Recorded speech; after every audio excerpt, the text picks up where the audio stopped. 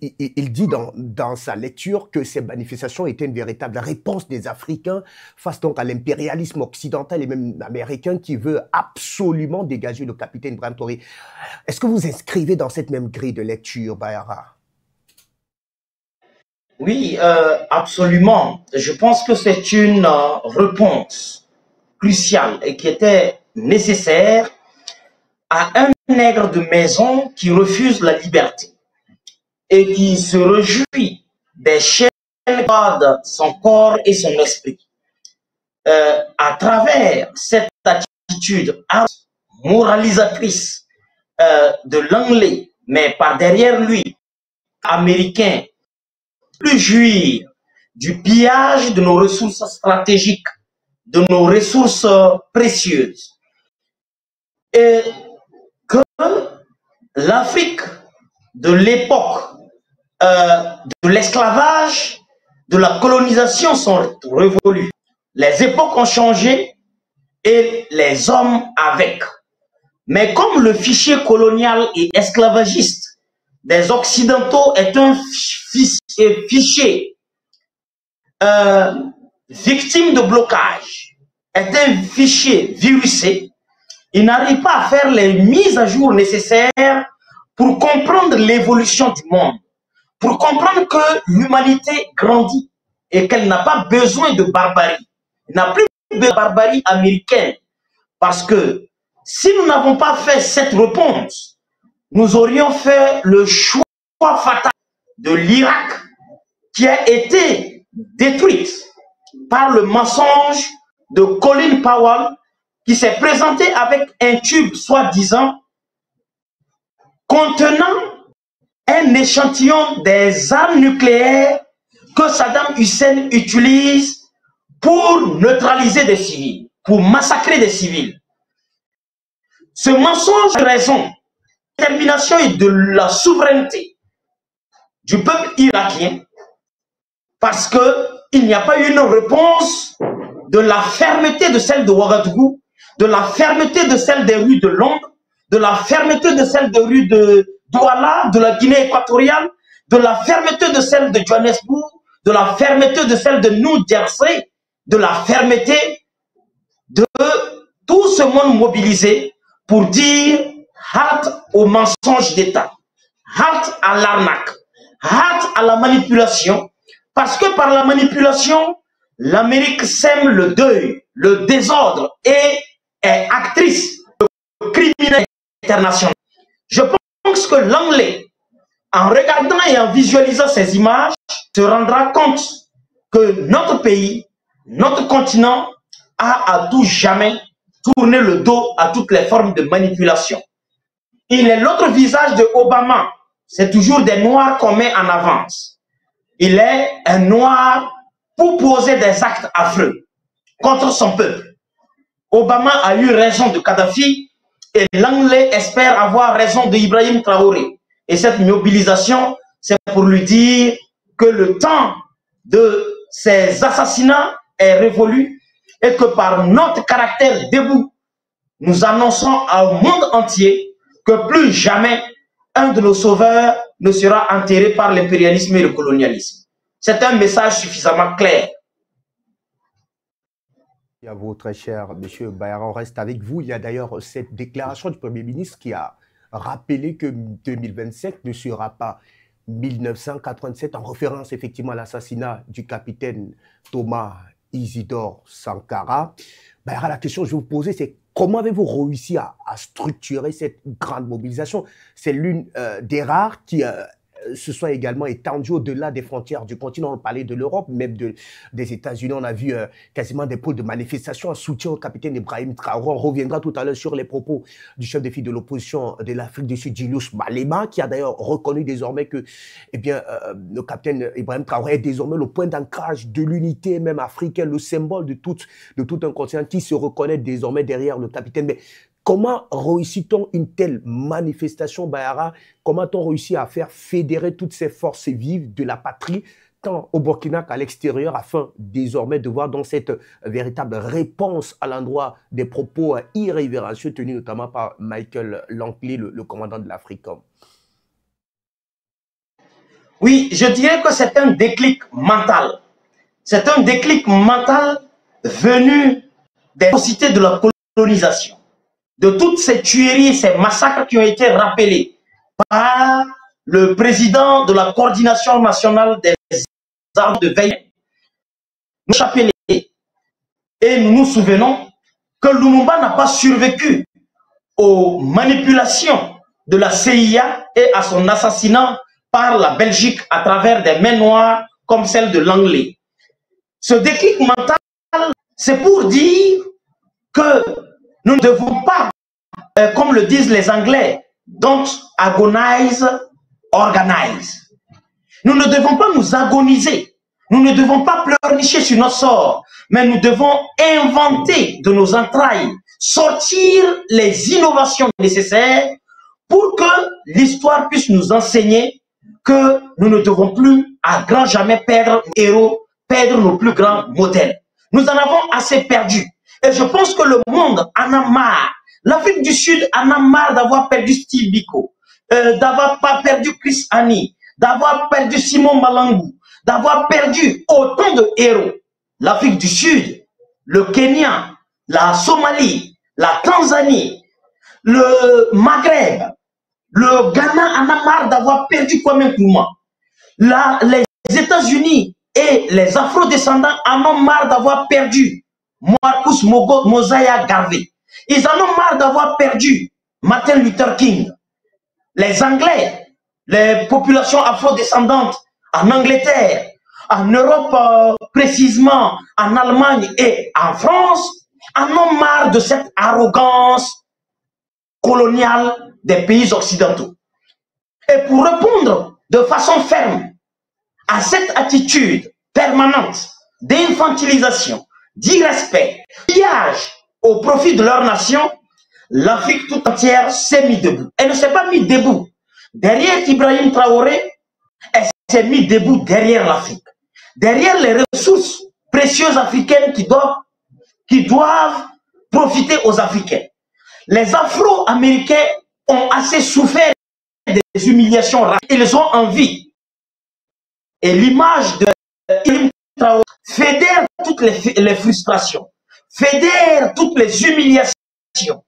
Et son charisme est la synthèse de toutes nos révoltes, qu'elles soient de Johannesburg à Nairobi, elles soient de Dakar à Abidjan, elles soient d'Abidjan à New York, elles soient de New York à Londres, de Londres à Paris, de Paris à je ne sais où le monde, le phénomène a contaminé parce que le monde entier se souvient d'une mort impardonnable, même après 1000 ans, l'assassinat de Thomas Sankara.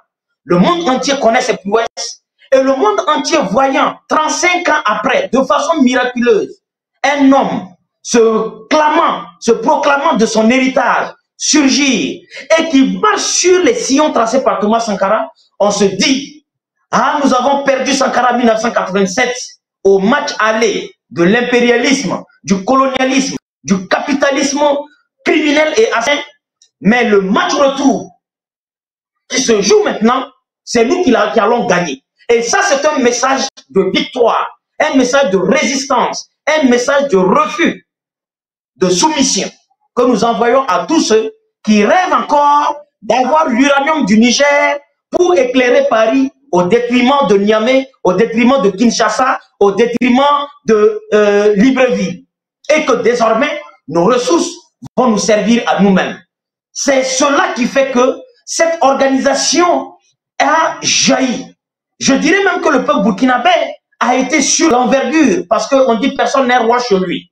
Mais effectivement, tenu par une coalition d'apatrides nationaux de grade exceptionnel, qui menaçaient tous les jours, qui dénigraient la dynamique, souvent vous pouvez être victime de leur narratif. Mais enfin, le monsieur nous rappelle que nous avons quelque chose de précieux à protéger. C'est cela qui a créé un déclic d'orgueil patriotique et national, donner l'amour pour le bien-être de l'Afrique et des Noirs dans le monde, dans la diaspora, et qui ont surgi de partout comme des fourmis maniants qui s'organisent et qui tissent une toile de résistance anticoloniale. C'est cela que je pense qui est l'élément moteur de ces mobilisations, l'élément, le déclic fatal pour arrêter, pour dire halte à la manipulation internationale et au mensonge d'État. Je reste un temps soit peu avec vous, très cher Bayara. Permettez effectivement que l'on puisse s'attarder un temps soit peu. Vous êtes au cœur effectivement de cette grosse manifestation. Vous réclamez de l'idéologie sankariste et nous savons tous l'une de ces déclarations phares, quand le peuple se met debout, l'impérialisme tremble. Bayara, il y a eu des mobilisations monstrueuses avec des déclarations assez poignantes. Est-ce qu'il est clair aujourd'hui pour les Africains que pour l'impérialisme, qu'il n'est pas possible de pouvoir liquider Ibrahim Traoré, encore moins cet héritage sankariste qui coule dans vos veines? Je pense qu'elle est suffisamment claire, sauf pour les sourds, mais je ne dirais pas n'importe quel sourd, pour les malhonnêtes et qui sont sourds. Et je crois que l'impérialisme, voyant notre mobilisation aujourd'hui, a même eu peur de venir mobiliser. Nous lui avons donné rendez-vous, qu'il vienne confronter ces vérités avec les nôtres, ou qu'il vienne nous confronter ces mensonges afin qu'on lui éclaire par les vérités. Mais l'impérialisme français était absent à la place de la révolution. L'impérialisme américain était absent. Ils ont eu peur, ils ont tremblé comme Thomas Sankara l'a dit, en disant que quand la jeunesse se met debout, l'impérialisme tremble. Quand on est unis, on devient une arme redoutable, non encore inventée, et ce n'est que ce type d'arme qui peut arrêter tous les types de velléités, d'espoir hypothétique, d'assassiner une fois de plus nos héros. Il n'y aura plus de Thomas Sankara mort. Il est mort en 1987. Alors, Ibrahim, sa réincarnation est notre ultime espoir. Et nous veillons de jour, de nuit.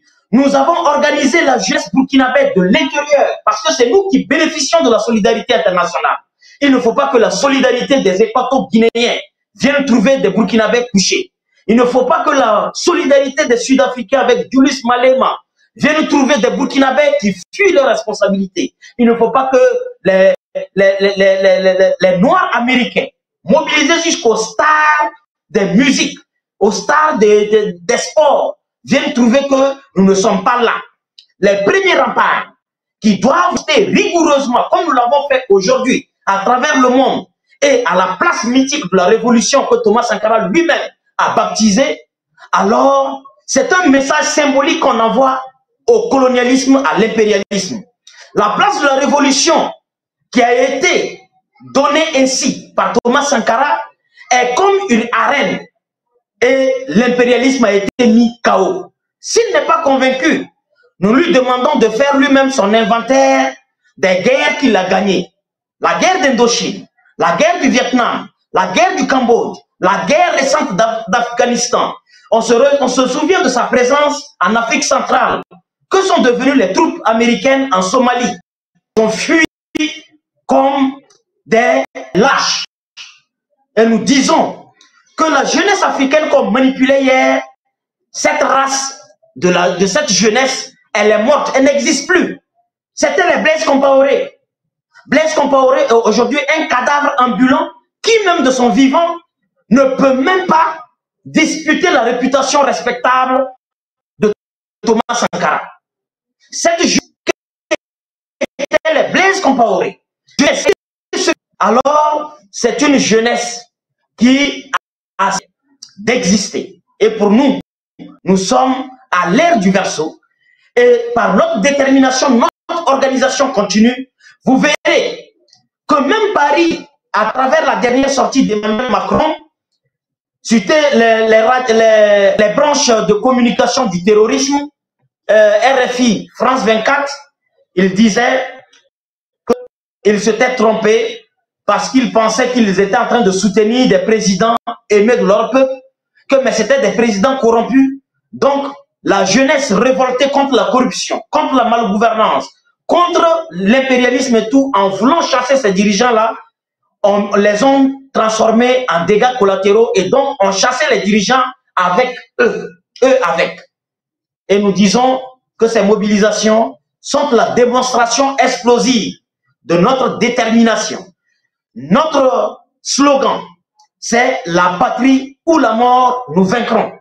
Ce n'est pas qu'un simple slogan, c'est une attitude, c'est un mindset, c'est une disposition psychologique à ne plus jamais laisser l'impérialisme reporter notre aspiration légitime à l'autodétermination, à la souveraineté internationale réelle et surtout que nos ressources qui ont pendant longtemps éclairé Paris et Londres, qu'ils goûtent parce que ces 2 jours, il y a des coupures massives d'électricité. Parce que désormais, l'uranium du Niger profite aux Nigériens. L'Anglais souffre du fait qu'il ne peut plus voler et piller l'or issu de la production artisanale et industrielle. Et nous disons que si ça le fait tant souffrir, nous demandons aux États-Unis de creuser leur propre sol et de sortir les minéraux qu'ils veulent. S'ils sortent du coltan, c'est pour les Américains. S'ils sortent aux Chinois, c'est leur problème. Mais le coltan issu de nos sols appartient aux populations africaines, appartient au bien-être collectif de toute l'Afrique, peu importe la région d'où ça a été découvert. C'est ça notre vérité, c'est ça notre espoir.